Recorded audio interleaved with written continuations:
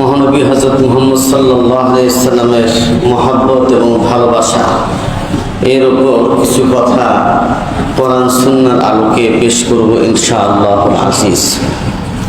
মুহাম্মদ সাল্লাল্লাহু আলাইহি সাল্লামের ভালোবাসা এটা ঈমানের দাবি, ঈমানেরই একটা অংশ। যে ব্যক্তির মধ্যে মুহাম্মদ সাল্লাল্লাহু আলাইহি সাল্লামের ভালোবাসা নেই, সে পরিপূর্ণ ঈমানদার হতে পারে না।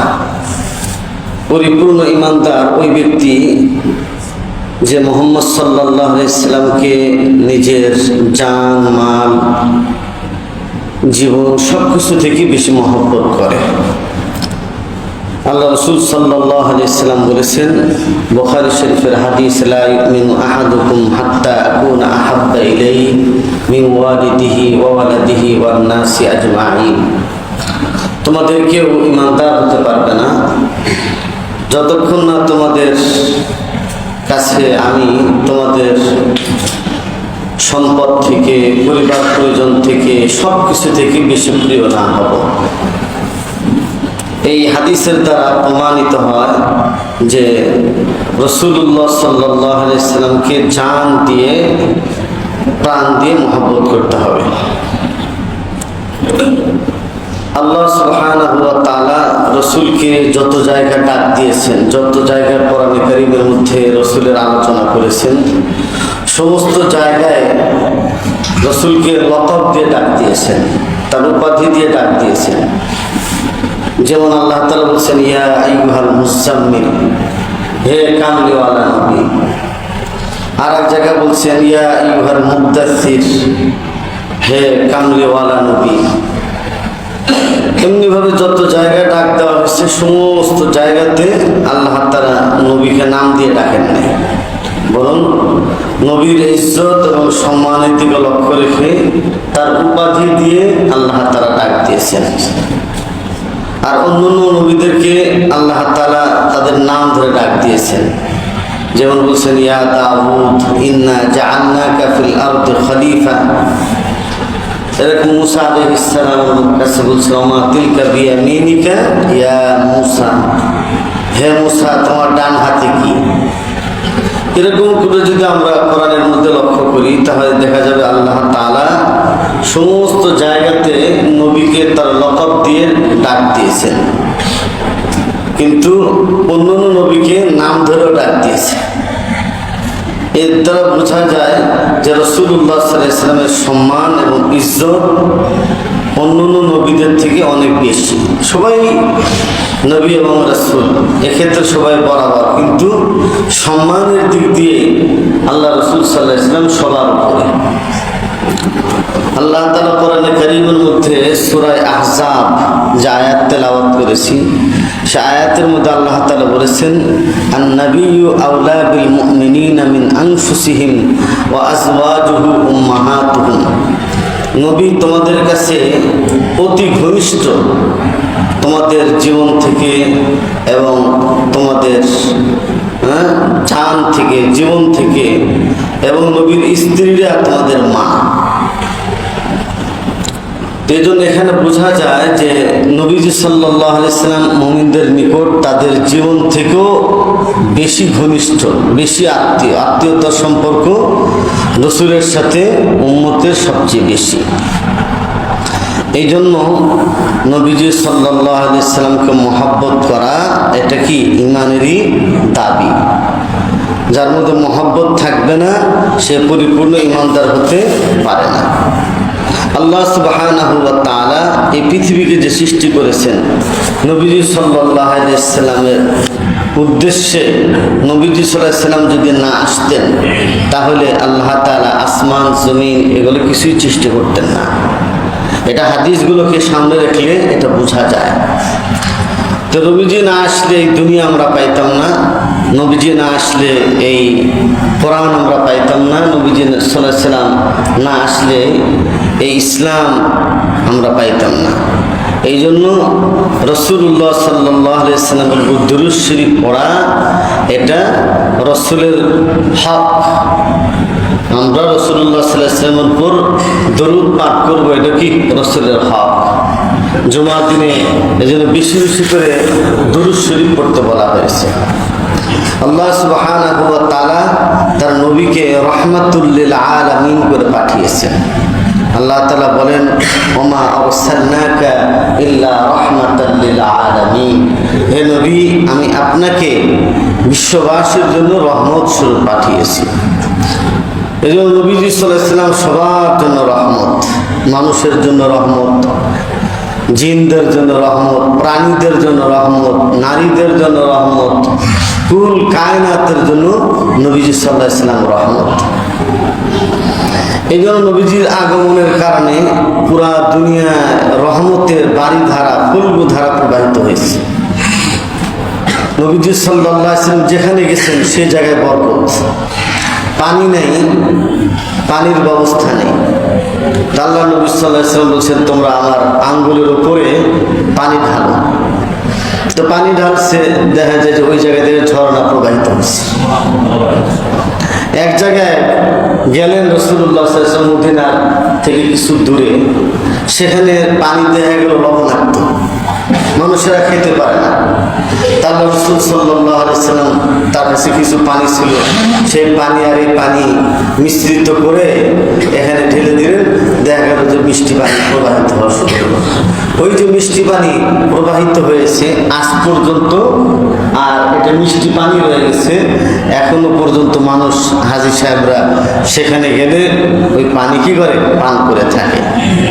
এটা রাসূলুল্লাহ সাল্লাল্লাহু আলাইহি ওয়াসাল্লামের মর্যাদার কারণে, রাসূলুল্লাহ সাল্লাল্লাহু আলাইহি ওয়াসাল্লামের শানের কারণে আল্লাহ তাআলা এরকম করে দিয়েছেন। রাসূলকে এমন কিছু আল্লাহ তাআলা দান করেছিলেন যা কাউকে দান করা হয়নি। যেরকম নবীজি সাল্লাল্লাহু আলাইহি ওয়াসাল্লামের আগমনের কারণে এই দুনিয়ার সমস্ত জায়গাকে আল্লাহ তাআলা পবিত্র করে দিয়েছেন। অর্থাৎ আমরা যে কোনো জায়গায় ইচ্ছা করলে নামাজের জন্য যদি দাঁড়ায় যাই, হ্যাঁ, একটা গামছা বিছায় হোক বা এমনিতেই যদি দাঁড়ায়, যদি নাপাকি না থাকে, ওই সব জায়গায় নামাজ পড়া যায়। আগের উম্মতদের জন্য এটার সুযোগ ছিল না, যেখানে সেখানে নামাজ পড়া। এই উম্মতের জন্য জিহাদের যে গনিমতের মাল, জিহাদ করে মুসলমানরা যে মাল প্রাপ্ত হয়, এটা আগের দিনে এটা জানিয়ে দেওয়া হতো।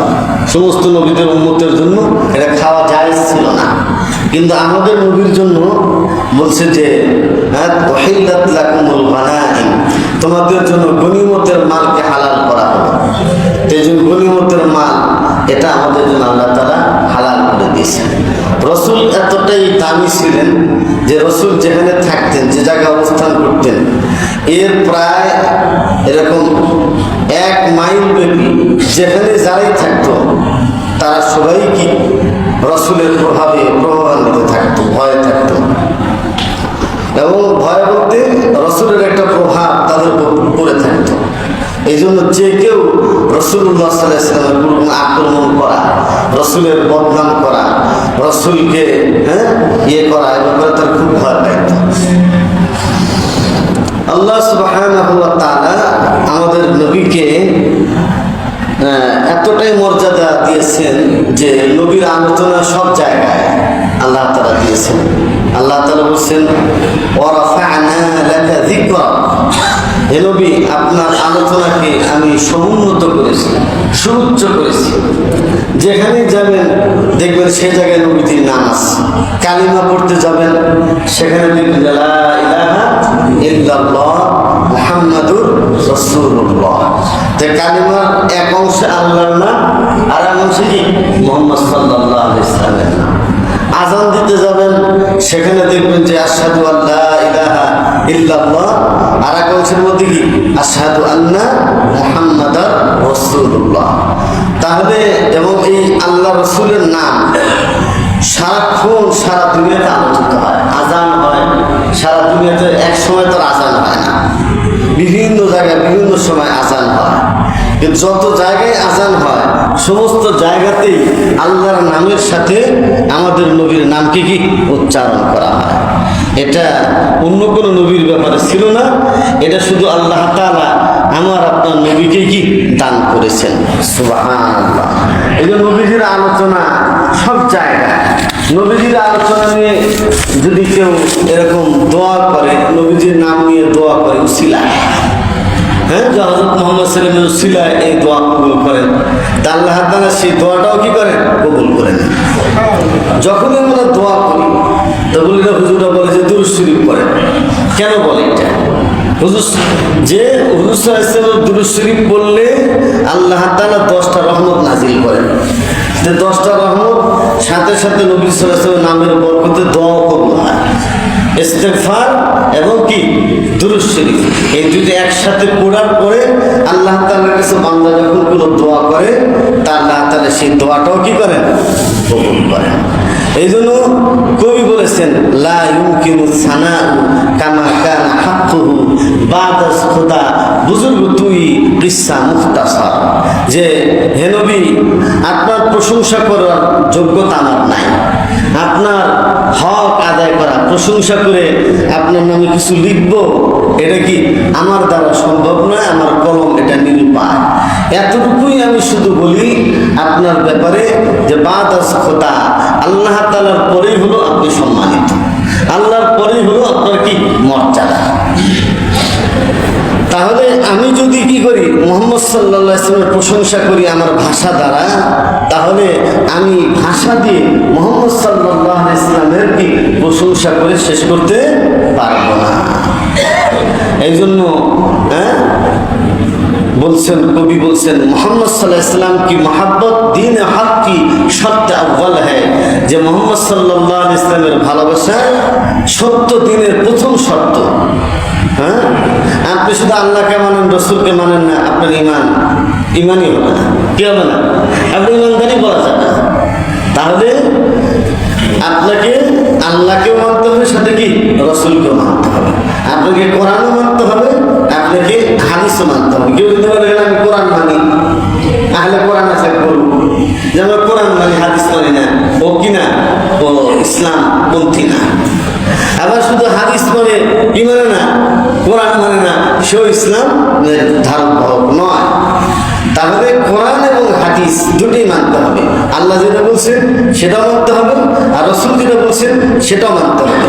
অর্থাৎ আল্লাহ রসুল তো যত কথা বলছেন নিজের থেকে বলেন নাই, আল্লাহ তাআলা বলে দিয়েছেন, আল্লাহ তাআলা তার অন্তরের উপর ওই জিনিসটা ঢেলে দিয়েছেন, সেটাই আল্লাহ নবী সাল্লাল্লাহু আলাইহি ওয়াসাল্লাম উম্মতকে বলেছেন, যে মুহাম্মদ হারগিজ না গুফতা তা না গুফতা জিবরাইল, জিবরাইল হারগিজ না গুফতা তা না গুফতা রব্বে জলিল, যে জিবরাইল আলাইহিস সালাম কোনো কথা বলেন না যতক্ষণ আল্লাহ তাআলা না বলেন, আর মুহাম্মদ সাল্লাল্লাহু আলাইহি ওয়াসাল্লাম কোনো কথা বলেন না যতক্ষণ না কি জিবরাইল আল্লাহর মাধ্যমে রাসূলকে না বলেন।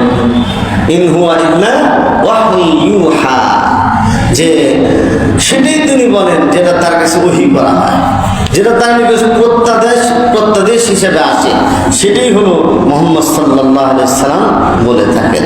এই জন্য হযরত মির্জা মাজহার জানা রহমতুল্লাহ আলাইহি রাসূলুল্লাহ সাল্লাল্লাহু আলাইহি ওয়াসাল্লামের শানে বলছেন, খোদা তার ইন্তজারে হামদে মানিস মুহাম্মদ চশমে বর্রাহে সানানিস, খোদা মদহে আফরি মুস্তাফা বস মুহাম্মদ হামিদে হামদ খোদা বস। অর্থাৎ আল্লাহ তাআলা বান্দার প্রশংসার অপেক্ষায় থাকেন। আমরা যদি আল্লাহ তাআলার প্রশংসা না করি, আল্লাহর ইবাদত না করি, গুণগান না গাই, এটা আল্লাহর কিছু আসে যায় না। ঠিক তেমনি ভাবে মুহাম্মদ সাল্লাল্লাহু আলাইহি ওয়াসাল্লামও কি আমাদের প্রশংসার অপেক্ষায় থাকেন না, কারণ মুহাম্মদ সাল্লাল্লাহু আলাইহি ওয়াসাল্লাম প্রশংসা স্বয়ং কে করেছেন? আল্লাহ তাআলা করেছেন। সুতরাং আমরা যদি আল্লাহ রাসূল সাল্লাল্লাহু আলাইহি ওয়াসাল্লামের প্রশংসা করি, আল্লাহ রাসূলের সানাখানি করি, এটা আমাদের জন্য বায়সে বরকতের বিষয়, কিন্তু না করলে কিছু আসে যায় না। কারণ আল্লাহ তাআলা নবীকে হামিদ বানাইছেন, হামদ এবং মাহমুদ বানাইছেন। কি বানাইছেন? তিনি প্রশংসিত। তিনি কি মুহাম্মদ শব্দের নামের অর্থই হলো কি প্রশংসিত। পৃথিবীতে এই নাম আগে কখনোই ছিল না। আমিনা রাদিয়াল্লাহু তাআলা আনহা যখন তার গর্ভে বাচ্চা আসলো, তখন উনি স্বপ্নে মোহাম্মদ নাম দেখতেছিলেন, মোহাম্মদ আহমদ এই নামটা ওনার কাছে কে যেন বলে যাচ্ছে। তো বাস যখন দুনিয়াতে আসছে, আসার পরে বাস ওনার নাম রেখে দিয়েছে কি, ওনার দাদা আব্দুল মুত্তালিব মোহাম্মদ রাখছে। মোহাম্মদ সাল্লাল্লাহু আলাইহি ওয়াসাল্লামের নাম তো আছে প্রায় 99টা। কয়টা? কোরআনে কারীমের মধ্যে ইয়াসিন, রহমাতুল্লিল আলামিন, তাহা, এরকম বহু নাম মোহাম্মদ সাল্লাল্লাহু আলাইহি ওয়াসাল্লামের আছে। আল্লাহ সুবহানাহু ওয়া তাআলা আমাদের নবীর কি জুলফের কসম খেয়েছেন, ওয়াল লাইলি ইযা ইয়াগশা ওয়ান নাহারি ইযা তাজাল্লা।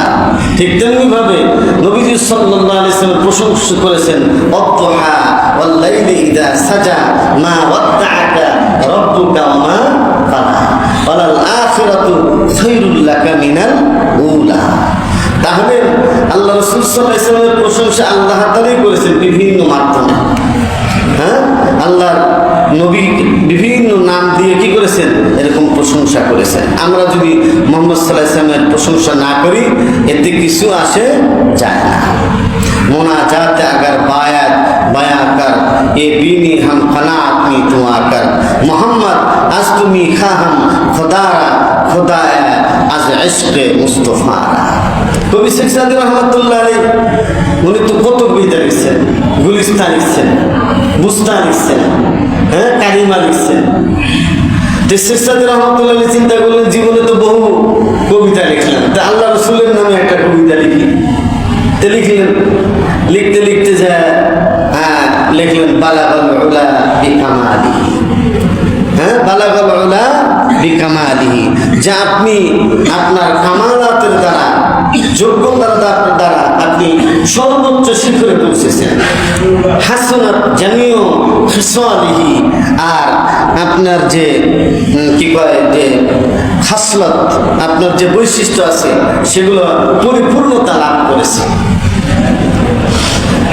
তারপরে এরপর আর লিখতে পারেন না। বালাগাল উলা বিকামালিহি কাশাফাত দুজা বিজামালিহি, যে আপনার জামালের দ্বারা, সৌন্দর্যের দ্বারা আপনার কি অন্ধকার দূরীভূত হয়েছে। আর আপনার মহান যে খাসলত গুণাবলী আছে এটা সুন্দর, কিন্তু এইটুকু লিখে উনি আর কলম ওনার চলে না, তো ঘুমায় পড়ছে।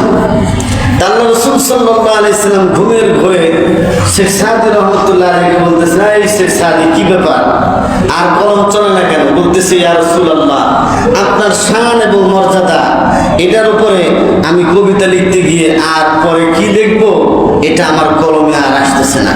তো বলছে, লেখো সাল্লু আলাইহি ওয়া আলিহি, যে তার উপর কি করো, দুরূদ পড়ো, তার উপর কি করো, তোমরা এরকম সালাত ও সালাম প্রেরণ করো। তাহলে এটাও রাসূলুল্লাহ সাল্লাল্লাহু আলাইহি সাল্লাম কি বলে দিয়েছেন, তারপরে কি এরকম লিখেছেন। এজন্য বহু কবি সাহিত্যিক রাসূলুল্লাহ সাল্লাল্লাহু আলাইহি সাল্লামের মর্যাদার উপর অনেক কবিতা, অনেক কিছু লিখেছেন।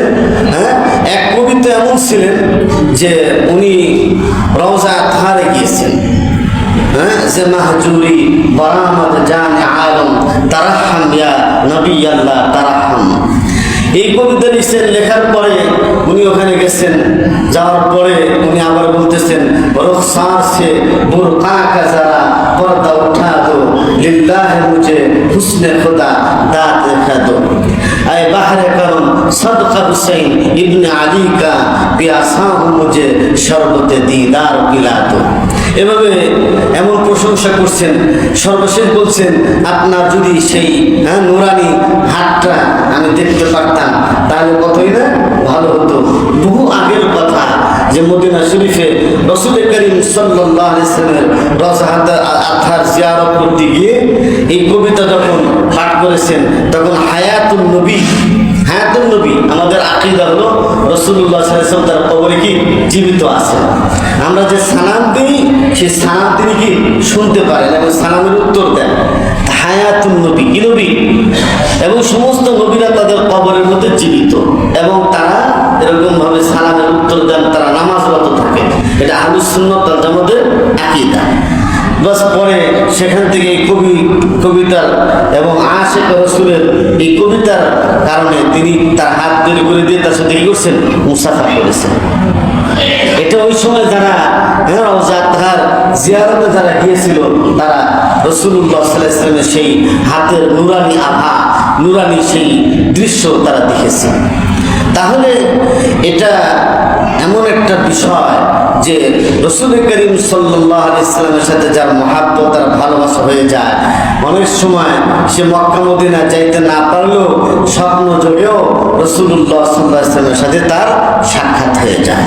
এরকম বহু ঘটনা কি ইতিহাসের মধ্যে আছে যে বিভিন্ন দরুদ শরীফের আমলের কারণে আল্লাহ রাসূল সাল্লাল্লাহু আলাইহি ওয়াসাল্লামের সাথে তাদের স্বপ্নে কি হয়েছে, জিয়ারত হয়েছে। সুতরাং দরুদ শরীফ যারা বেশি বেশি পড়বে রাসূল করিম সাল্লাল্লাহু আলাইহি ওয়াসাল্লামের উপর, আল্লাহ তাআলা তার জিয়ারত কি নসিব হবে। এই জন্য হযরত মুহাম্মদ সাল্লাল্লাহু আলাইহি ওয়াসাল্লাম শুধু রহমত আর রহমত, রাসূলের জীবনটাই কি রহমতের। এই জন্য যে সবার জন্য নবীজি রহমত, মানুষের জন্য রহমত। মানুষকে আল্লাহ তাআলা আশরাফুল মাখলুকাত বানাইছেন কিসের কারণে? নবীজি সাল্লাল্লাহু আলাইহি ওয়াসাল্লামের কারণে মানুষ আশরাফুল মাখলুকাত। এমনিভাবে রাসূলুল্লাহ সাল্লাল্লাহু আলাইহি ওয়াসাল্লাম প্রাণীদের জন্য কি এরকম রহমত, রাসূলুল্লাহ সাল্লাল্লাহু আলাইহি ওয়াসাল্লাম নারীদের জন্য রহমত। কারণ নারীদের মর্যাদা বানাইছেন কে? আল্লাহ রাসূল সাল্লাল্লাহু আলাইহি ওয়াসাল্লাম। আল্লাহ রাসূল কি বলছেন আল্লাহর পক্ষ থেকে? ওয়াশিরুহুন্না বিল মা'রুফ, যে তোমরা নারী জাতির সাথে উত্তম ব্যবহার করো। হুন্না লিবাসুল লাকুম ওয়া আনতুম লিবাসুল লাহুম, তারা তোমাদের পোশাক, তারা তোমাদের পোশাক, একে অপর ছাড়া কি চলবে না। এই জন্য নারীদের অধিকারের কথা সর্বপ্রথম মুহাম্মদ সাল্লাল্লাহু আলাইহি ওয়াসাল্লাম কি বলেছেন। এমনিভাবে বৃদ্ধদের জন্য রাসূলুল্লাহ সাল্লাল্লাহু আলাইহি ওয়াসাল্লামের রহমত। বৃদ্ধরা তারা রাসূলের কাছে আসলো, আসার পর বলল, ইয়া রাসূলুল্লাহ, এই বৃদ্ধ বয়সে তো সব ইবাদত করতে পারি না, রাত্রি জাগরণ করতে পারি না, এই বিভিন্ন।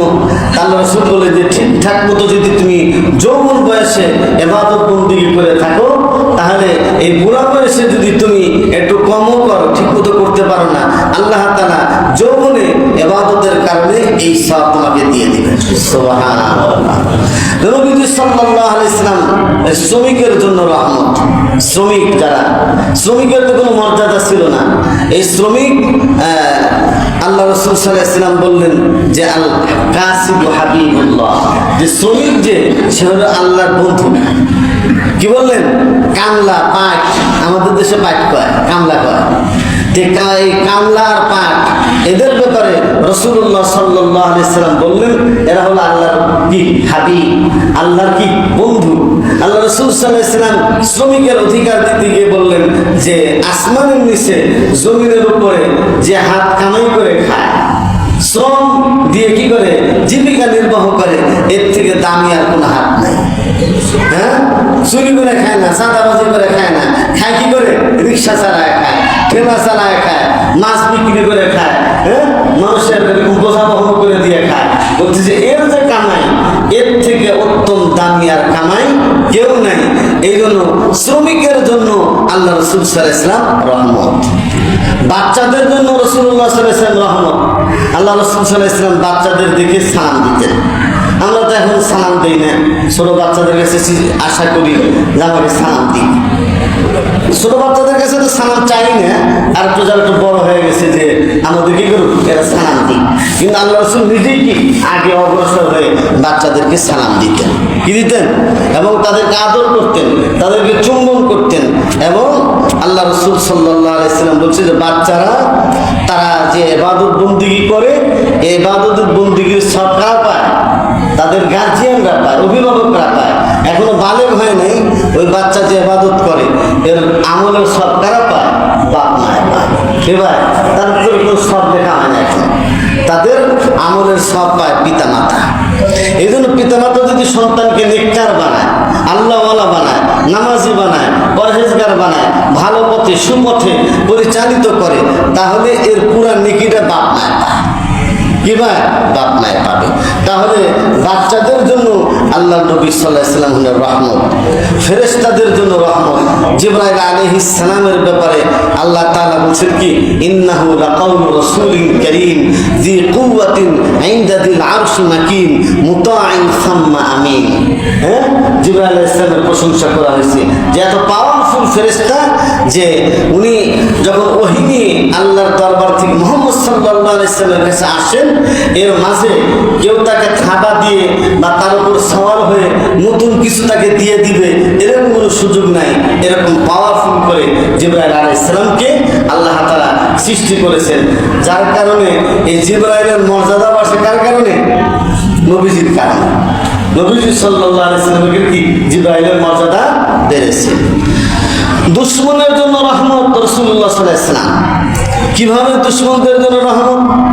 দুশমন তো আসলে এটা সমাজের জন্য কাটা, আমাদের চোখের কাটা, কিন্তু আল্লাহ রাসূল সাল্লাল্লাহু আলাইহি ওয়াসাল্লাম বলছেন যে এরকম ভাবে আল্লাহর জন্য মহব্বত করে আর আল্লাহর জন্য কি দুশমনি রাখে, এটা আল্লাহর কাছে প্রিয় আমল। একজনকে খারাপ জানে, কিসের জন্য খারাপ জানে? আল্লাহর কারণে, যে আল্লাহ রাসূলের বিরোধিতা করে, আল্লাহর দ্বীন মানে না, আল্লাহর দ্বীনের বিরোধিতা করে, এই জন্য তাকে খারাপ জানে। আর একজনকে শুধু ভালোবাসে এই জন্য যে সে আল্লাহর কাজ করে, আল্লাহর দ্বীনের পথে থাকে, সে নামাজি, পরহেজগার, হ্যাঁ, এরকম, এই কারণে তাকে ভালোবাসে। তাহলে সেটাও ভালোবাসে কার কারণে? আল্লাহর মহব্বতের কারণে। এই কারণে এটাও আল্লাহর কাছে শ্রেষ্ঠ আমল। আল্লাহ রাসূল সাল্লাল্লাহু আলাইহি ওয়াসাল্লাম বলছেন যে তোমার কাছে যদি কোনো ব্যক্তি ভুল করে থাকে তাহলে তুমি তাকে ক্ষমা করে দাও, তাকে তুমি করো। এবং তিনি এই যে ক্ষমা করার কথা যে বলেছেন, এই ক্ষমা করা শুধু বলে গেছেন তা নয়, বরং রাসূল বাস্তবে তার জীবনেও বহু মানুষকে ক্ষমা করে দিয়েছে। যেমন রাসূলুল্লাহ সাল্লাল্লাহু আলাইহি ওয়াসাল্লামকে হত্যা করার জন্য এক ব্যক্তি, রাসূল ঘুমায় আছেন জিহাদের ময়দান থেকে ফিরে এক জায়গায় একটা গাছের নিচে একটু বিশ্রাম নিচ্ছিলেন, তো তরবারি ঝুলানো ছিল। তো দুশমন এসে এরকম রাসূলকে তার সিনা বরাবর তাক করলো তরবারিটা, যে আপনাকে আমি শেষ করে দেব। তো বলছে যে আল্লাহ ছাড়া কেউ তো কাউকে হত্যা করতে পারে না। তো এইভাবে তার হাত থেকে তরবারিটা কি পড়ে গেল। রাসূলুল্লাহ সাল্লাল্লাহু আলাইহি ওয়াসাল্লাম উঠায় তার বললেন যে আমি এখন তোমাকে কি করে যদি হত্যা করে দিই তাহলে কে তোমাকে বাঁচাবে? বলছে আপনি ছাড়া তো কেউ বাঁচাতে পারে না। বলছে আমি তো আর তোমাকে হত্যা করবো না, তবে আমি তোমাকে ক্ষমা করে দিলাম। তো রাসূলুল্লাহ সাল্লাল্লাহু আলাইহি ওয়াসাল্লাম তার জানি দুশমনকেও মাফ করে দিয়েছেন। রাসূলুল্লাহ সাল্লাল্লাহু আলাইহি ওয়াসাল্লামের চাচাকে হত্যা করেছিল। হত্যা করার পরে সে কি মক্কা যখন বিজয় হয়, মক্কা বিজয় হওয়ার বোরখা পরে এসে রাসূল যখন কাবা শরীফের সামনে বসা ছিলেন, ওই সময় এসে ওয়াহশী রাদিয়াল্লাহু তাআলা আনহু রাসূলের চাচার কলিজাটাকে বের করে এরকম কামড়াইছিল। কামড়ানো হিন্দা নামক এক মহিলা। ওয়াহশী যখন এসে কালিমা পড়ছে তখন সে আল্লাহর কালিমা পড়ে বোরখা খুলে ফেলছে। তো বলছে যে তুমি তো মুসলমান হয়ে গেছো, তোমাকে তার হত্যা করা জায়েজ না, কিন্তু তুমি আমার সামনে খুব বেশি একটা আসবা না, কারণ তুমি আসলে আমার চাচার কথা মনে পড়ে যায়। তুমি যদি আমার সামনে আসো তাহলে আমার চাচার কথা মনে পড়ে যায়, যার কারণে আমি তুমি আমার কাছে বেশিটা আসবা না, তবে আমি তোমাকে ক্ষমা করে দিয়েছি। কি করে দিয়েছে? রাসূলুল্লাহ সাল্লাল্লাহু আলাইহি ওয়াসাল্লাম মক্কা নগরীতে যতদিন ছিলেন কত কষ্ট দিয়েছে। রাসূল নামাজ পড়তে গেলে আবু জাহাল, তারপরে মক্কার লোকেরা তার মাথার উপর উটের যে বুড়ি, নারী বুড়ি আছে, এগুলো তার মুখের উপর, তার মাথার উপর এরকম রেখে দিত। রাসূলুল্লাহ সাল্লাল্লাহু আলাইহি ওয়াসাল্লাম রাস্তায় চলতেন, চলার সময় এরকম ভাবে কাঁটা বিছায় রাখতেন। রাসূলুল্লাহ সাল্লাল্লাহু আলাইহি ওয়াসাল্লাম সাহাবীদেরকে এরকম ভাবে রাস্তাঘাটে যেখানে পারত জুলুম নির্যাতন করেছে। কিন্তু আল্লাহর নবী সাল্লাল্লাহু আলাইহি ওয়াসাল্লাম যখন মক্কা বিজয় করছেন, তখন মক্কা বিজয় করার পরে তিনি যে ভাষণ দিয়েছিলেন, যে ভাষণের মধ্যে বলেছিলেন লা তাসরিবা আলাইকুমুল ইয়াউম, হে মক্কার লোকেরা, আজকে তোমাদের উপর আমার কোনো অভিযোগ নাই, আমি সবাইকে সাধারণ ক্ষমা ঘোষণা করে দিলাম। সুতরাং আজকে যারা মক্কার মধ্যে বাইতুল্লাহ শরীফের মধ্যে প্রবেশ করবে তার উপর কোনো তরবারি উঠানো হবে না, যে নিজের ঘর দরজা লাগাই দিবে তাকে হত্যা করা হবে না, যে তার তরবারিকে ছেড়ে দিবে, ফেলায় দিবে, তাকে হত্যা করা হবে না। এরকম ভাবে সাধারণ ক্ষমা ঘোষণা করেছেন আল্লাহ রাসূল সাল্লাল্লাহু আলাইহি ওয়াসাল্লাম। এবং সাধারণত দেশ বিজয় করার সময় দেখা যায় যে অন্যান্য লিডার যারা আছে, পৃথিবীতে যত লিডার আছে সমস্ত লিডাররা কি করে, মাথা উঁচু করে একবারে বীরের ভেসে ভাবসাব নিয়ে তারা কি করে, প্রবেশ করে। কিন্তু আল্লাহ নবী সাল্লাল্লাহু আলাইহি ওয়াসাল্লাম যখন মক্কা বিজয়ের জন্য যখন ঢুকতেছিলেন তখন রাসূলের মাথা নত ছিল। হ্যাঁ, মানে রাসূলের মাথায় যে পাগড়িটা ছিল এটা কেমন যেন বলেন যে সাহাবী হাদিস বর্ণনা করেন, তিনি বলেন যে রাসূলের মাথাটা তার রাসূলের উটের সাথে বা গাধার সাথে এরকম লেগে যাচ্ছিল। কি জন্য? যে অন্যান্য রাজা বাদশাদের মতো তিনি ছিলেন না, তিনি বিজয়ের কারণে এরকম ভাবে অহংকার প্রদর্শন করবেন এমন নয়, বরং আল্লাহ রাসূল সাল্লাল্লাহু আলাইহি ওয়াসাল্লাম বিনয়ের সাথে তাওয়াজুয়ের সাথে মক্কা নগরীতে প্রবেশ করেছিলেন বিনা রক্তপাতে। আল্লাহ রাসূল সাল্লাল্লাহু আলাইহি ওয়াসাল্লাম যে বিপ্লব ঘটাইছিলেন পৃথিবীর বুকে, পৃথিবীর ইতিহাসে এমন কোনো মানুষ দেখাতে পারবেন না যে রক্তপাতহীন এরকম বিজয়, এরকম ভাবে ইসলামের যে দাওয়া কেউ দিয়েছেন এরকম দেখা যাবে না। সারাটা জীবন রাসূলুল্লাহ সাল্লাল্লাহু আলাইহি ওয়াসাল্লাম জীবনে দেখা গেল যে অল্প কিছু মানুষ শুধু এরকম যুদ্ধ করতে আসছে, যুদ্ধক্ষেত্রে তারা এরকম মোকাবেলা করছে, যার কারণে তারা মরে গেছে। কিন্তু পৃথিবীর যারা দেখবেন বড় বড় নেতা, লিডার, জেনারেল, তাদের হাতে হাজার হাজার মানুষ খুন হয়েছে, কিন্তু ওই খুনের জেল চলে। কিন্তু আল্লাহ রাসূল সাল্লাল্লাহু আলাইহি ওয়াসাল্লাম সেখানেই শেষ। অল্প কিছু যারা এরকম কট্টরপন্থী ছাড়া বাকি সবাইকে আল্লাহ রাসূল সাল্লাল্লাহু আলাইহি ওয়াসাল্লাম মাফ করে দিয়ে উদারতা প্রদর্শন করেছেন, যা পৃথিবীর ইতিহাসে বিরল।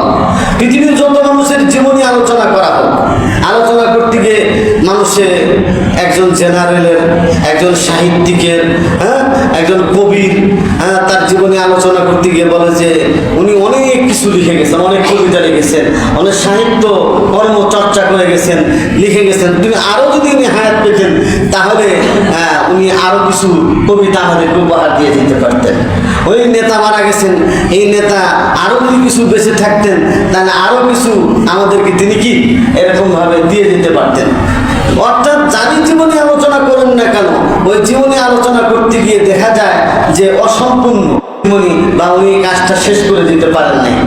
সময় কি করবো, এটা সম্পন্ন করবো, এই বক্তব্য দেয়। কিন্তু মুহাম্মদ সাল্লাল্লাহু আলাইহি ওয়াসাল্লাম এমন একজন ব্যক্তি ছিলেন যিনি পরিষ্কারভাবে যখন এরকম বিদায় হজের ভাষণে তিনি বলেছিলেন, আলা হাল বাল্লাগতা, আমি কি তোমাদের কাছে নবুয়তের দায়িত্ব, নবুয়তের পয়গাম আমি কি তোমাদের কাছে পৌঁছেছিলাম? তখন সমস্ত সাহাবীরা একযোগে বলেছিল, বালা, আপনি আল্লাহর পক্ষ থেকে আপনাকে যে দায়িত্ব দিয়ে প্রেরণ করা হয়েছিল এই দায়িত্ব আপনি পূর্ণাঙ্গভাবে পালন করেছেন। এবং বিদায় হজের ভাষণে আল্লাহ রাসূল সাল্লাল্লাহু আলাইহি ওয়াসাল্লাম যখন জাবালে রহমতের ওখানে বক্তৃতা দিচ্ছিলেন তখন আয়াত নাজিল হয়। ইহুদিরা বলে যে ইসলামে, কোরআনে এমন এক আয়াত আছে, এই আয়াত যদি আমাদের উপর নাজিল হতো তাহলে ও আয়াতকে নিয়ে আমরা ঈদ উদযাপন করতাম। সেটা হলো আল ইয়াউমা আকমালতু লাকুম দীনাকুম ওয়া আতমামতু আলাইকুম নি'মাতি ওয়া রাদিতু লাকুমুল ইসলাম দীনা। আজকে বিজয় হজের এই দিন ইসলামকে পরিপূর্ণ করে দিলাম। আল্লাহ তাআলা বলেছে কি, তোমাদের জন্য ইসলামকে আমি পরিপূর্ণ করে দিলাম, ইসলাম তোমাদের জন্য মনোনীত করে দিলাম। ইসলাম ছাড়া আর অন্য কোনো ধর্ম আল্লাহ তাআলার কাছে গ্রহণযোগ্য নয়, এমন একটা আয়াত নাজিল হয়েছে জাবালে রহমতের উপর।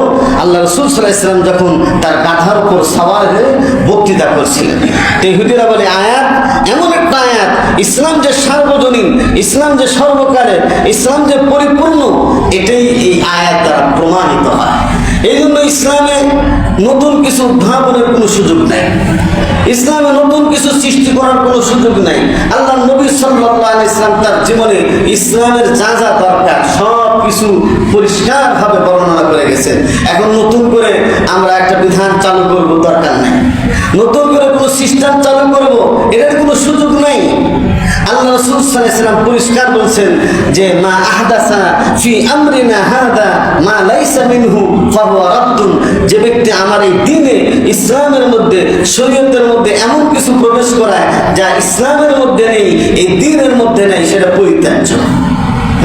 সেটা পরিত্যাজ্য, এটাকে গ্রহণ করার কোনো সুযোগ নাই।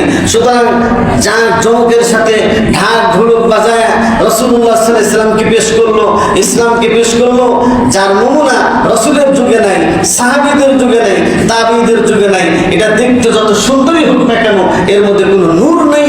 এটা কোনো সময় এটা আলোচনারও উপযুক্ত নয়, এটা আমলের উপযুক্ত না। কিন্তু এটা বললে অনেকেই পছন্দ করবে না, কিন্তু এটাই সত্য কথা, এটাই বাস্তব কথা যে আল্লাহ রাসূল যেটা করেন নাই, সাহাবীরা যেটা করেন নাই, তাবিঈনরা যেটা করেন নাই, তবে তাবিঈনরা যেটা করেন নাই, সেটা আমরা যেটা করি সেটা হলো বেদাত। সেটা কি বেদাত? ওটা করা যাবে না। আমার মনে চাইলই আমি বাস একটা করে ফেললাম, সেটা করলে আমি কোনো সওয়াব পাবো না, আমি এর দ্বারা কোনো নেকি প্রাপ্ত হবে না। হয়তো আমি সামাজিকতা রক্ষা করে বলে করলাম, কিন্তু এর দ্বারা আমি কোনো সওয়াব প্রাপ্ত হব না, কারণ এটা রাসূলের স্পষ্ট বর্ণনা, স্পষ্ট বক্তব্য এ ব্যাপারে কোরআন হাদিসের মধ্যে কি এসে গেছে। তো রাসূলুল্লাহ সাল্লাল্লাহু আলাইহি ওয়াসাল্লাম সবার জন্য রহমত, এটা আমি বলতেছিলাম। পাথর নবীজির নবুয়তের কি দিয়েছেন? সাক্ষী দিয়েছেন। জোরে বলেন সুবহানাল্লাহ। আবু জাহাল একবার পাথর হাতে নিয়ে বলল, মুহাম্মদ তুমি তো অনেক কিছু আসমানের কথা বলো, জমিনের নিচে যেটা আছে সেটাও বলো, আমার হাতে কি আছে বলো দেখি। তো বললো যে আপনার হাতে তো কি পাথর আছে। তো বলতেছে পাথরগুলো তো আছে, তাহলে ঠিক আছে। এখন পাথর যদি বলে যে আপনি আসলে সত্য নবী, আল্লাহর পক্ষ থেকে প্রেরিত, তাহলে আমি আপনাকে বিশ্বাস করব। তো পাথর কি আল্লাহর নবীকে বলে যে ইনি মুহাম্মদ সাল্লাল্লাহু আলাইহি ওয়াসাল্লাম, আশহাদু আল্লা ইলাহা ইল্লাল্লাহ ওয়া আশহাদু আন্না মুহাম্মাদান আবদুহু ওয়া রাসূলুহু, আমি সাক্ষী দিচ্ছি ইনি আল্লাহর রাসূল। কিন্তু তারপর আবু জাহেল কি ঈমান আনে নাই। তাহলে পাথরও নবীজি সাল্লাল্লাহু আলাইহি ওয়াসাল্লামের পক্ষে কি সাক্ষী দিয়েছেন। সাহাবীরা রাসূলের সাথে চলতেন, পিছনে থাকতেন, এতে থাকতেন। দেখা যায় যে রাসূলকে দেখার পরে গাছেরা সালাম দিত, আসসালামু আলাইকা ইয়া রাসূলুল্লাহ, গাছেরা সালাম দিত, পাহাড়ে সালাম দিত। হ্যাঁ, এরকম ভাবে অনেক কিছু, এরকম উটেরা কি করতো? রাসূলুল্লাহ সাল্লাল্লাহু আলাইহি ওয়াসাল্লামকে সালাম দিত। তো রাসূলুল্লাহ সাল্লাল্লাহু আলাইহি ওয়াসাল্লামের সাক্ষী কিন্তু এরকম প্রাণীরাও দিয়েছেন যিনি নবী। হযরত রাসূল করিম সাল্লাল্লাহু আলাইহি ওয়াসাল্লাম মধ্যে যত আশিক ছিলেন তার মধ্যে শ্রেষ্ঠ এক নম্বর আশিক রাসূল ছিলেন হযরত আবু বকর সিদ্দিক রাদিয়াল্লাহু তাআলা। আল্লাহ রাসূল সাল্লাল্লাহু আলাইহি ওয়াসাল্লাম এক বয়ানে বলছিলেন, আমার কাছে তিন জিনিস প্রিয়।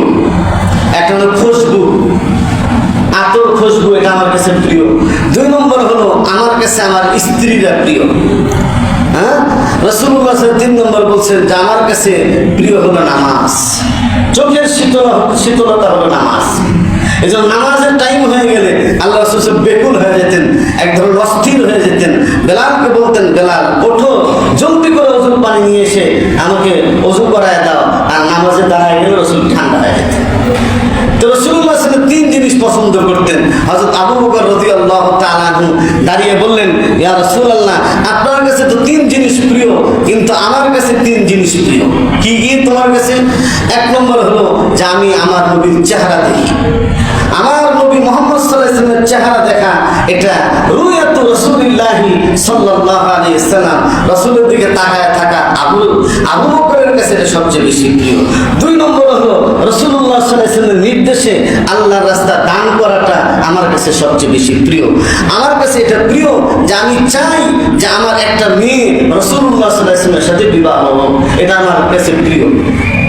তো হযরত আবু বকর এতটাই রাসূলকে ভালোবাসতেন যে আল্লাহ রাসূল সাল্লাল্লাহু আলাইহি ওয়াসাল্লাম আবু বকরের এই দাবিকে তিনি পূর্ণ করে দিয়েছেন যে আয়েশা রাদিয়াল্লাহু তাআলা আনহার সাথে বিবাহ হয়েছে কি রাসূলুল্লাহ সাল্লাল্লাহু আলাইহি ওয়াসাল্লামের সাথে। সাধারণত একজন মানুষ আরেকজন মানুষের কাছে এরকম ভাবে বিবাহ শাদী দেয়, খুব স্যাটিসফাই হওয়ার পরে, তারপর মুতমাইন হওয়ার পরে তাকে বিবাহ দেয়, আর তাকে সেভাবে ভালোবাসে কি। তা আবু বকরের এই দাবি পূরণ করেছিলেন মুহাম্মদ সাল্লাল্লাহু আলাইহি ওয়াসাল্লাম। 6 বছরে বিবাহ হয়েছে, 9 বছরে উঠায় দিয়েছেন। আর আয়েশা রাদিয়াল্লাহু তাআলা এতটাই একজন দামি নারী ছিলেন পৃথিবীর মধ্যে যে উনি একটা হাফেজা ছিলেন, আলেমা ছিলেন, মুফতিয়া ছিলেন, মুহাদ্দিসা ছিলেন, যে ওনার আল্লাহ তাআলা কোনো ছেলে মেয়ে হয়নি, কন্যা সন্তান ছেলে মেয়ে কিছুই হয়নি।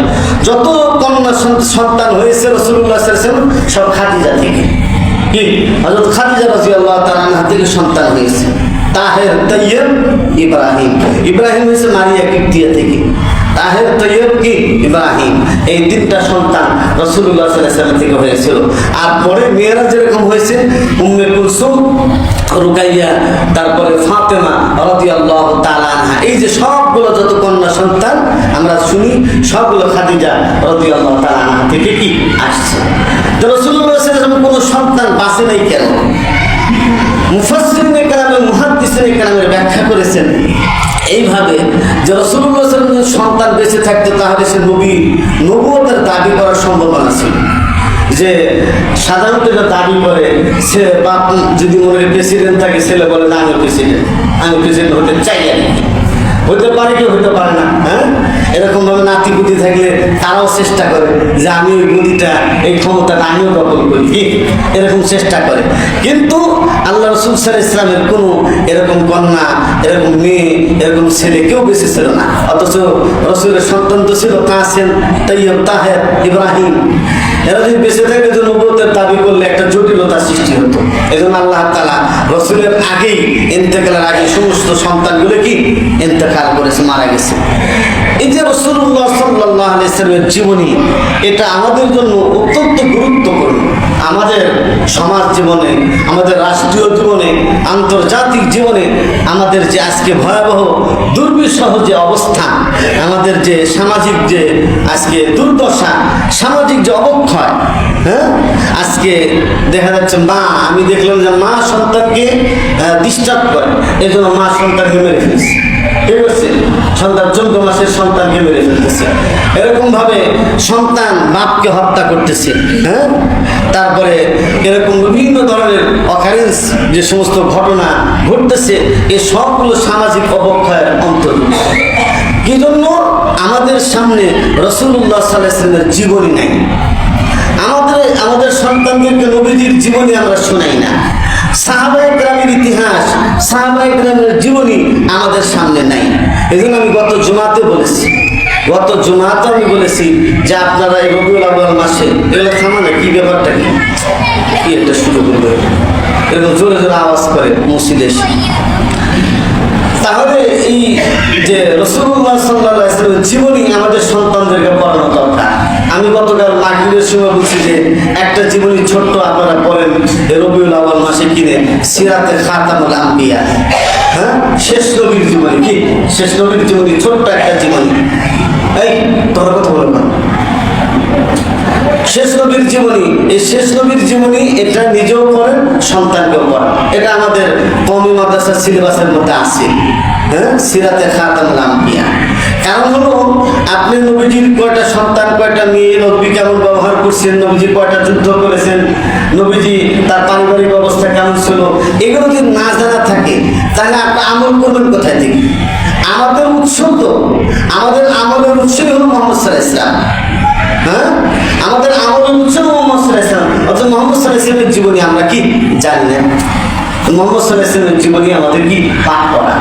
সবাই একটা করে জীবনী কিনবেন তো ইনশাআল্লাহ। কারা কারা কিনবেন দেখি হাত উঠান, যে ইনশাআল্লাহ এই রবি আমিও একটা কিনবো, ইনশাআল্লাহ। একটা জীবনী ইসলাম ফাউন্ডেশন থেকে আপনারা কিনেন, ইসলাম ফাউন্ডেশনে পাওয়া যায়।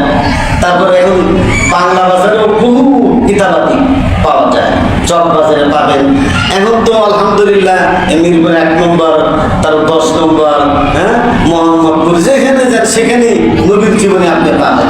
যে কোনো একটা জীবনী কিনে আপনি পুরাটা পড়েন রবিউল আউয়াল মাসে একটা জীবনী কি আপনারা পড়েন, তাহলে কিছুটা হলেও নবীজির সাথে পরিচয় হবে। কারণ যার সম্পর্কে জানেন না তাকে বলবেন কেমন, আপনি দাবি করবেন নবীজির যে উম্মত, দাবি করবেন কেমন? এই জন্য একটা জীবনী আমরা নবীজির কিনবো ইনশাআল্লাহ।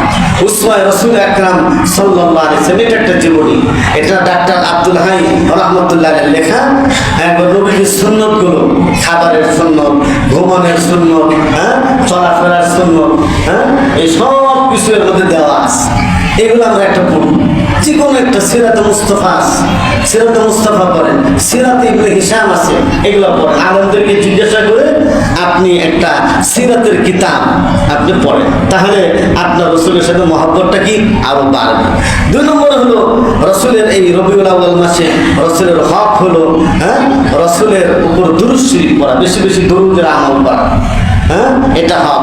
রাসূলের আহলে বায়াত, পরিবার পরিজন, তাদেরকে মহব্বত করা, রাসূলের সাথে যারা সংশ্লিষ্ট সাহাবায়ে কেরাম তাদেরকে মহব্বত করা, এটা হক। আর সর্বশেষ হক যেটা হলো যে রসুলের আদর্শ অনুযায়ী আমাদের জীবনটা পরিচালনা করা। আজকে দেখেন একটা টপ টু বটম আমাদের যারা নেতা লিডার, যারা মুসলিম জাহানের যারা লিডার, এদের একটার মধ্যে সুন্নতের কোনো আমল নেই, একটার মধ্যেও তারা সুন্নতের ধারা ধারে না। একটাও এরকম ভাবে দেখা যায় যে কোনো রকম হয়তো নামাজ কালাম একটু পরে দেখা যায় যে আবার ঘুরছে, কিন্তু সমস্ত চালচলন সব ইহুদি খ্রিস্টানদের চালচলন। আমাদের চালচলন একবার ইহুদি নাসারাদের মতো হয়ে গেছে। তা আমরা যদি এই অবস্থা থেকে না ফিরি, সমাজে কখনো শান্তি আসবে না। সবচেয়ে বাংলাদেশ এমন একটা দেশ, এত সুন্দর একটা দেশ, যে এই দেশে সবচেয়ে বেশি চুরি হয়। যে নবী বলছেন চুরি করা হারাম, চুরি করলে হাত কেটে দাও, সেই দেশে চুরি হয় বেশি। নবী সাল্লাল্লাহু আলাইহি ওয়াসাল্লাম বলছে মিথ্যা বলা কবিরা গুনাহ, কিন্তু আমাদের দেশে এই মিথ্যা কথার প্রচলনটা খুব বেশি, তাই না?